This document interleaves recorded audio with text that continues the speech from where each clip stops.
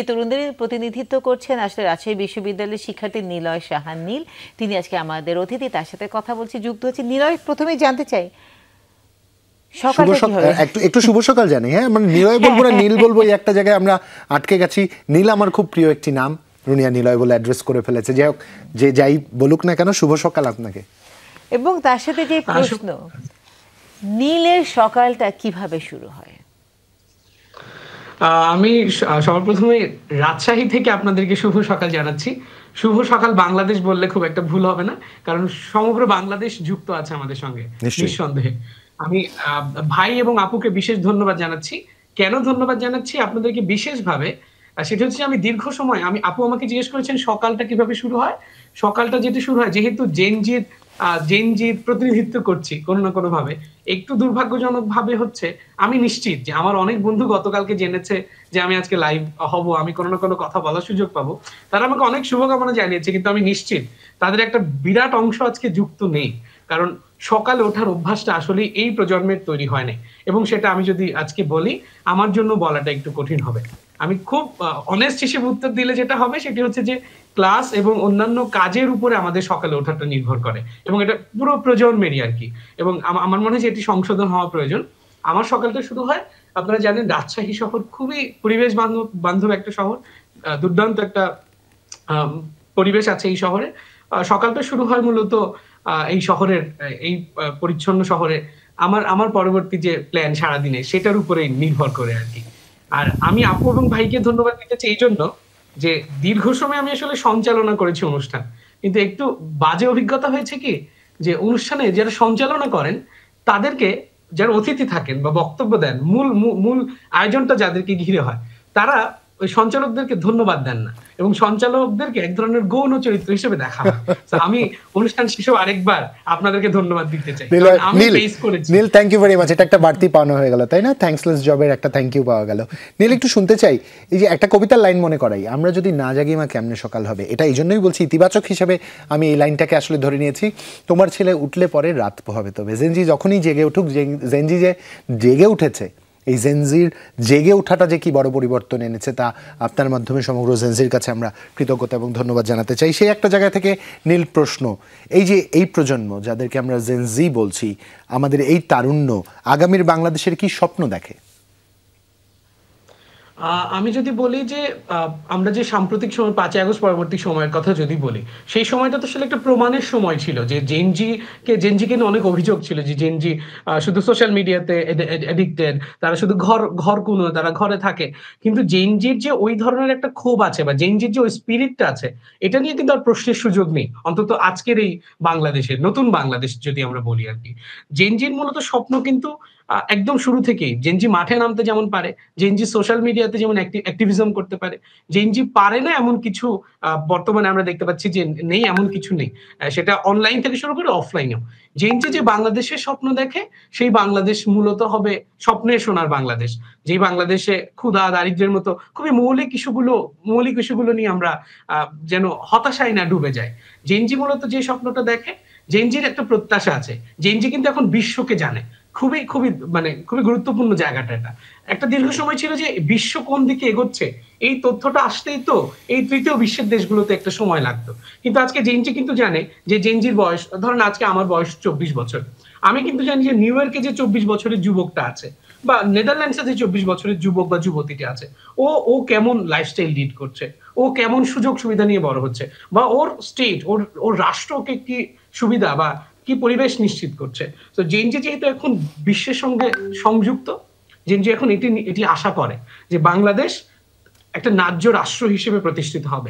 বাংলাদেশ তার যে আমজনতা, সেই আমজনতাকে অন্তর্ভুক্ত করবে, এবং অনেক অনেক অনেক নতুন নতুন বৈশ্বিক ইস্যু, সেই বৈশ্বিক ইস্যুতে আমরা অনেক পিছিয়ে। শিক্ষা গবেষণার মতো জায়গা যদি আলোচনা করি, এবং সকালবেলা যে কোনো আলোচনা যদি আমরা করি, যে কোনো সেক্টর নিয়ে আলোচনা করি, হতাশ হওয়া ছাড়া আমাদের বোধহয় খুব বেশি সুযোগ থাকবে না। তো জেনজি কিন্তু এখন খুবই নলেজেবল। আপনারা যে আলোচনাই করেন, আমরা প্রাজ্ঞদের কথা ভুলে যেতে চাই না, আমাদের অভিভাবকদের কথা ভুলে যেতে চাই না, কিন্তু জেনজিও কিন্তু ওয়াকিবহাল কি চলছে পৃথিবীতে।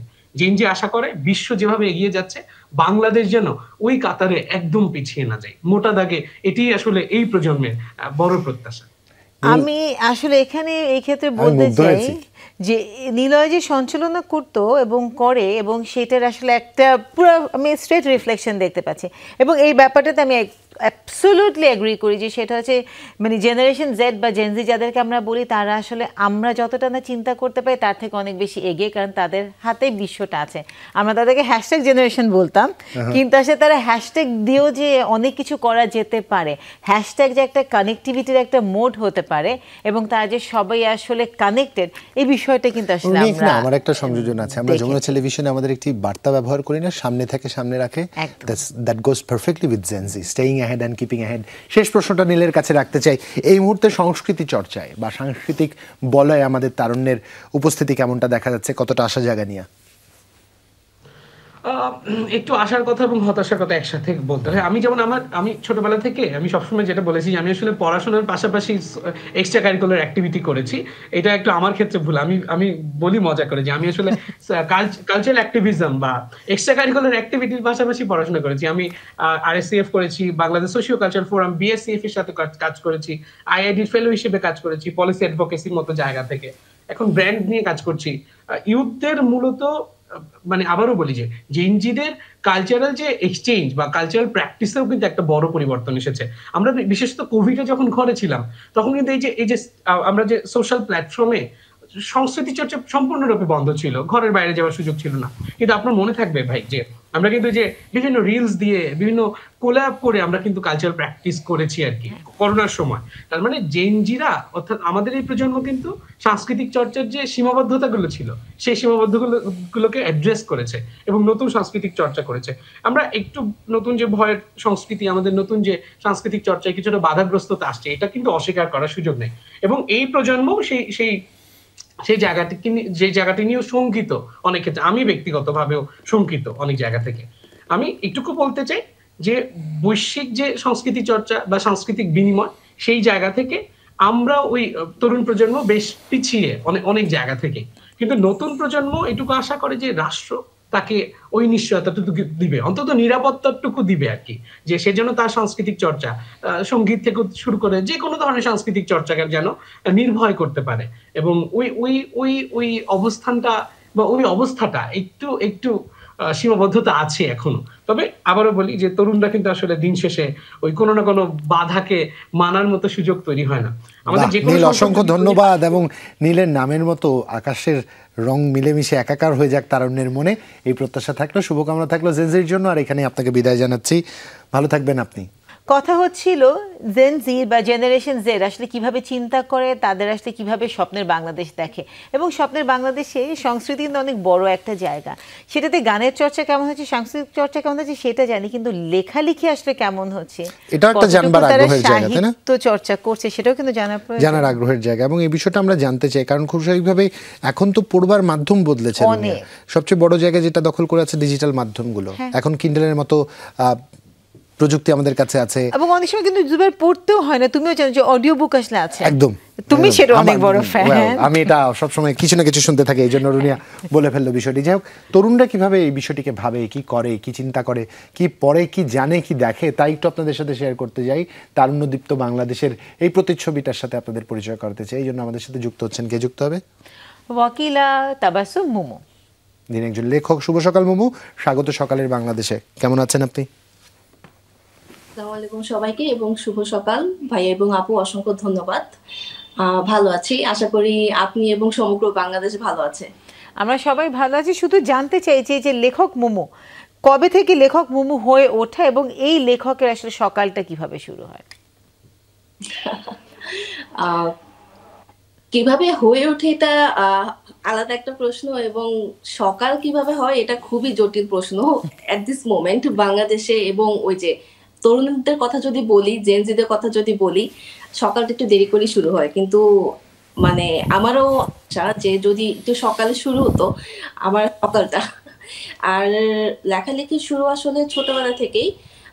ওই যে থাকে না যে ঈশ্বর প্রদত্ত কিছু ব্যাপার থাকে যে লেখক হব, তো দেখা যায় একদম ছোটবেলা বাবার বইয়ের শেলফ থেকে যখন বই বের করেছিলাম, তখন থেকেই মনে একটা ধারণা ছিল যে আমি হয়তোবা বড় হয়ে লেখক হব। তারপরে সেটা আস্তে আস্তে বাস্তবে পরিণত হলো এবং আমার প্রথম বই প্রকাশিত হয়েছিল 2021 সালে। তো তখন যখন আমি লিখছিলাম তখন করোনা চলছিল। তো আম্মু বলছিল যে এত তো সারা জীবন হচ্ছে গিয়ে পড়ালেখার পাশাপাশি লেখালেখির জন্য বকা খেয়েছো, পড়ালেখা বাদ দিয়ে কবিতা লিখতে, তো এখন তো কোভিড, এই সময় তুমি বই লেখা শুরু করছো না কেন? তো তখন আমাকে আসলে বলা যায় যে আমার ইমাজিনেশন এবং হচ্ছে কি রিয়েলিটি হিট করে যে আচ্ছা ঠিক আছে, এখন তো লেখাই যায়, লেখাটা শুরু করে দিই। তো সেই থেকেই শুরু, এবং এরপরে non fiction, fiction, gender, climate, নানা বিষয় হচ্ছে গিয়ে লেখা চলছে অনলাইনে, অফলাইনে। এবং হচ্ছে গতকালকে আমার একটা লেখা ছোট একটা আর্টিকেল প্রকাশিত হয়েছিল যে জেন্ডার বেসড ভায়োলেন্স নিয়ে। সেটা হচ্ছে কি পুরুষ এবং পুরুষতান্ত্রিকতা, এই দুইটার উপরে ভিত্তি করে যে পুরুষরাও কিভাবে পুরুষতান্ত্রিকতার ভিকটিম, প্রথম আলোতেই গতকালকে লেখাটা বের হয়। তো একদম শুরু কিভাবে এবং গতকালকে কিভাবে শেষ হলো সেটার কথাই বললাম। না, এটা কিন্তু অসাধারণ একটা কথা বলবো, কারণ যখন আমরা জেন্ডার বেসড ভায়োলেশন নিয়ে কথা বলি তখন কিন্তু আমরা শুধুমাত্র ওখানে ফিমেলদেরকে আমরা অ্যাড্রেস করি, কিন্তু ছেলেরাও যে সেখানে ভিকটিম এবং পেট্রিয়ার্কের যে সবচেয়ে বড় ভিকটিম তারাও, সেটা সামহাও আমরা আসলে মিস করে যাই। তো এটা তো গেল একটা বিষয় যেখানে আসলে আমাদের চিন্তা ভাবনা সেটার একটা প্রতিফলন হচ্ছে আমাদের লেখায়। কিন্তু যখন আমরা পড়ছি, বই যেভাবে আমরা বা নলেজ যেভাবে আমরা কনজিউম করছি, সেটা কি শুধুমাত্র ক্লাসরুমে অথবা টিন্ডারে, নাকি এখন আমরা অডিও বুকও শুনছি, বা যখন একজন লেখক হিসেবে বই প্রকাশ হচ্ছে তখন কি এটা মাথায় আছে কিনা যে না শুধুমাত্র বই আঁকলে ছাপালে হবে না, সেটা হয়তো বিভিন্ন মাধ্যমে পৌঁছে দিতে হবে, বিভিন্ন মাধ্যমে, হয়তো সফট কপিতেও সেটা সফট ভার্সন হয়তো থাকা প্রয়োজন, কি মনে হয়? হ্যাঁ, অবশ্যই তরুণ প্রজন্ম আসলে এখন নানাভাবে কানেক্টেড এবং টেকনোলজির সাথে সবচেয়ে বেশি কানেক্টেড। সো দেখা যায় যখন তারা ইউনিভার্সিটিতে যাচ্ছে কিংবা অফিসে যাচ্ছে, তখন তারা, এখন তো আমাদের ট্রাফিক জ্যামের কথা কি বলবো, তো ওই ট্রাফিক জ্যামে বসে কিন্তু আমি দেখেছি অনেকেই হচ্ছে গিয়ে ইউটিউবে বিভিন্ন ধরনের অডিও বুক শুনে থাকে। সুতরাং এবং ভবিষ্যতে তো আসলে আমাদের হাতে ধরা টেক্সট বই কতটুকু থাকবে সেটাও একটা বড় প্রশ্ন থেকেই যায়। তো এখানে আমাদেরকে সফট ভার্সনটাও খুবই গুরুত্বপূর্ণ, এবং হচ্ছে গিয়ে এটার প্রচলনও বেশ আছে, এবং অডিও বুকটার চর্চাও কিন্তু বেশ ভালো। এটা হয়তো একটা খুবই নিশ একটা কমিউনিটি, হয়তোবা সবাই পড়ে না, কিন্তু আমরা যদি খতিয়ে দেখি তাহলে এটার অডিয়েন্সও অনেক। সুতরাং আমি বলবো যে যারা বই প্রকাশ করে, কিংবা আমার ক্ষেত্রেও এটা এখনো ওই সাহসটা করে হয়ে ওঠা হয়নি, এখনো আমার কাছে মনে হয় আমি বই হাতে স্পর্শ করে পড়তেই আমার খুব পছন্দ।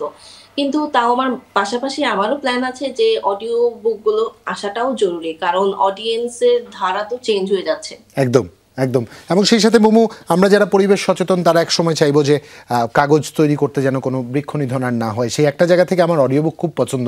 এবং সবচেয়ে বড় বিষয় হচ্ছে অডিও বুকে যে কোনো মুহূর্তে পজ করা যায়, আমি আমার দৈনন্দিন যেই ব্যস্ততা আছে তার মাঝে পজ করে রেখে আবার শুরু করতে পারি, এটা কিন্তু একটা চমৎকার বিষয়। আর মোমোর কাছে একটা শেষ প্রশ্ন আছে, একটা সময় শুধু এমন হতো যে বইমেলার অপেক্ষা আমরা করতাম কারণ বই প্রকাশ করব বলে, তখন ওইটা ছাড়া আর পাঠকের কাছে পৌঁছবার খুব একটা উপায় ছিল না, এবং খুব করে প্রত্যাশা ছিল যদি বিভিন্ন পত্রিকা আমরা লিখে পাঠাতাম, কোনো পত্রিকা যদি সদয় হয়ে আগ্রহী হয়ে আমার লেখাটি ছাপায়। সে একটা জায়গায় একটা বিশাল পরিবর্তন এসছে ডিজিটাল মিডিয়ার কারণে, সামাজিক যোগাযোগ মাধ্যমের কারণে। এখন প্রচুর সংখ্যক নতুন লেখকের সাথে আমরা পরিচিত হই, তাই না? এখন অনেকেই আমরা লিখি, এবং লেখার কোয়ালিটি আগের চেয়ে যে কোনো সময়ের চেয়ে বেড়েছে। এবং কিছু কিছু লেখা তো এমন থাকে একদম চুম্বকের মতো ধরে রাখে, কোনো গল্প বা রহস্য কাহিনী পড়ছিলাম গত কিছুদিন ধরে। এই একটা জায়গাকে কতখানি ইতিবাচক আপনার মনে হয়, এবং সেই সাথে সবার লেখক হয়ে যাওয়ার এই যে প্রবণতা, এই বিষয়টাকে কতখানি ইতিবাচক হিসেবে দেখেন আপনি মোমো? আমি আসলে ইতিবাচক হিসেবেই দেখি, কারণ হচ্ছে গিয়ে লেখক আসলে কারা হয়, যাদের বলার হয়তো বা কিছু আছে, যারা কিছু বলতে চায়, যাদের বলার একটা গল্প আছে, যারা চিন্তা করতে পারে, ইমাজিন করতে পারে, তারা চায় তাদের কথাটা কেউ শুনুক। সুতরাং সবাই লেখক হয়ে যাওয়াটা হয়তো বা আমরা প্রথমে নেগেটিভ ভাবে দেখলেও, কিন্তু যদি আমরা এটা আরো খুব ভালো মতো দেখার চেষ্টা করি তাহলে কিন্তু ব্যাপারটা আসলে ভালো। তো সবাই যেহেতু লেখক হতেই পারে, আমরা সবাই তো আবার পাঠকও। তো যে লেখক সে অবশ্যই পাঠক, যে পাঠক সে লেখক হতেই পারে। এবং হ্যাঁ, বইমেলা কেন্দ্রিক না হয়ে আমরা সারা বছরই যদি বই পড়ার অভ্যাসের চর্চাটা থাকে তাহলে অবশ্যই এটা খুবই ভালো, এবং আমার মনে হয় এটাই হওয়া উচিত। এবং বইমেলা কেন্দ্রিক সভ্যতা থেকে বের হয়ে আমার কাছে মনে হয় বছরে প্রত্যেকটা সময় বই বের হওয়া উচিত, সেটা নিয়ে কথা বলা উচিত। তাহলে দেখা যাবে যেই বইটা হয়তো বা বছরের মাঝামাঝিতে বের হয়েছে, বইমেলাতে ওটার একটা রিপ্রিন্ট আসুক, সেটা তখন বইমেলাতে আরো বেশি প্রচার প্রচারণা আসুক, কিংবা বিশেষ কোনো বই বইমেলাতে আসুক, কিন্তু বইয়ের প্রচলন, বই পড়া অনলাইন অফলাইন সবখানেই সবসময় আমার মনে চর্চাটা হয় বাড়ুক, এটা সবসময় যত গুরুত্বপূর্ণ। মৌ, অসংখ্য ধন্যবাদ আপনাকে, আপনি যুক্ত হয়েছিলেন আমাদের সাথে সময় স্বল্পতায়, হয়তো আর গল্প আজ বাড়ানো সুযোগ হলো না, তবে নিশ্চয়ই আপনাকে আরো একবার আমরা যুক্ত করব, এবং এর সাথে আমরা আজ ইতি টানতে চাই রুনিয়া। ইতি টানতে চাই এবং বলতে চাই এই যে নিলয়, এই যে মুমু, এরাই হচ্ছে বাংলাদেশ, কারণ এদের মধ্যে চিন্তার স্বচ্ছতা আছে। একদম, যাই হোক, এরকম বাংলাদেশ ভর করে আর অনেকটা পথ আমরা পাড়ি দিতে চাই, এই প্রত্যাশা আজকে এখানে বিদায় নিচ্ছি। ভালো থাকবেন সবাই, আরেকবার বলতে চাই সবার মনের চাওগুলো পূরণ হোক। সবাইকে শুভ সকাল। শুভ সকাল।